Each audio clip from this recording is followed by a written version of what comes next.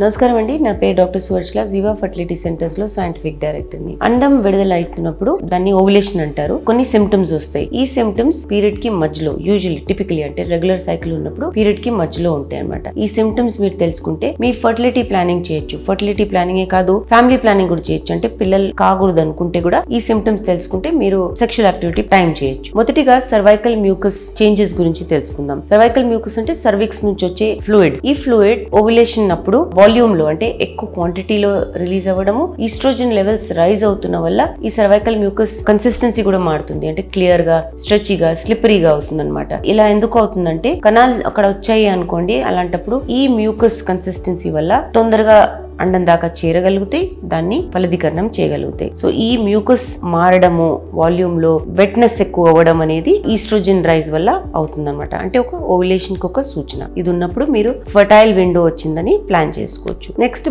Basal body temperature increase అవ్వడం. Basal body temperature అంటే మీ resting temperature, మామూలుగా ఉన్న టెంపరేచర్ అండం విడుదల అవుతున్నప్పుడు ఇంక్రీజ్ అవుతుంది. 0.5 నుంచి 1 డిగ్రీ ఇంక్రీజ్ అవుతుంది ఫారెన్హైట్ లో. దీనివల్ల మీకు ఓవులేషన్ అవుతుంది అనేది కూడా ట్రాక్ చేయొచ్చు. ఇది ప్రొజెస్ట్రాన్ ఇంక్రీజ్ అయినందుకు అవుతుంది. సో రోజు మీ బేసల్ బాడీ టెంపరేచర్ ట్రాక్ చేసుకుంటూ ఈ ఇంక్రీజ్ చూసినప్పుడు మీకు అర్థమవుతుంది ఓవులేషన్ అవుతుందని. సో ఈ సస్టైన్డ్ బాడీ టెంపరేచర్ మీరు కొన్ని మెన్స్ట్రువల్ సైకిల్స్ ట్రాక్ చేస్తే ఓవులేషన్ అవుతుందని తెలుసుకుంటారు. Next symptom ovulation pain. ఈ అండం విడుదలైనప్పుడు లెఫ్ట్ సైడ్ ఉండొచ్చు, రైట్ సైడ్ ఉండొచ్చు, కొంతమంది అమ్మాయిల్లో పెయిన్ ఉంటుంది. ఈ పెయిన్ అనేది అండం విడుదల అవుతున్నప్పుడు అవుతుంది. అంటే అండంతో పాటు కొంచెం నీరు కూడా రిలీజ్ అవుతుంది. ఆ నీరు ఎక్కడైతే తాకుతుందో పొట్టలో, ఇరిటేషన్ వల్ల పొట్ట నొప్పేస్తుంది. సో కొన్ని నిమిషాల నుంచి కొన్ని గంటల వరకు కూడా ఉండొచ్చు కొందరికి అసలు ఉండకపోవచ్చు. సో ఈ సిమ్టమ్స్ అందరికి ఉంటాయని కాదు, బట్ యూజువలీ ఓవులేషన్ సిమ్టమ్స్ ఇవి. సో ఈ పెయిన్ ఉన్నప్పుడు మీకు ఒక ఇండికేషన్ ఓవులేషన్ అయిందని. Next symptom increase sexual activity. ఈ హార్మోనల్ షిఫ్ట్స్ వల్ల ఎస్పెషలీ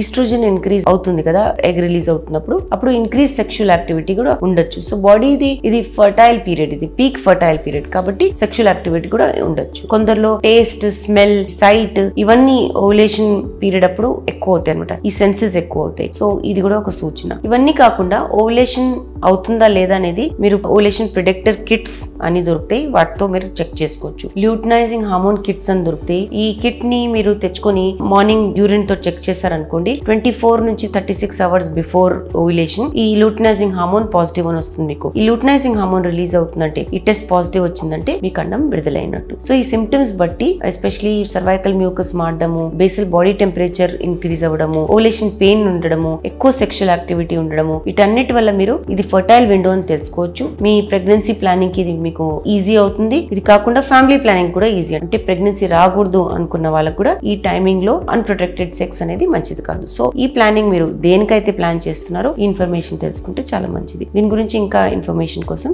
తప్పకుండా జీవా ఫర్టిలిటీ సెంటర్స్ కి విచ్చేయండి. చాలా థ్యాంక్స్ అండి మా వీడియోస్ చూస్తున్నందుకు. మరిన్ని ఇలాంటి ఇంట్రెస్టింగ్ వీడియోస్ కోసం మా ఛానల్ ని తప్పకుండా సబ్స్క్రైబ్ చేయండి. Thank you.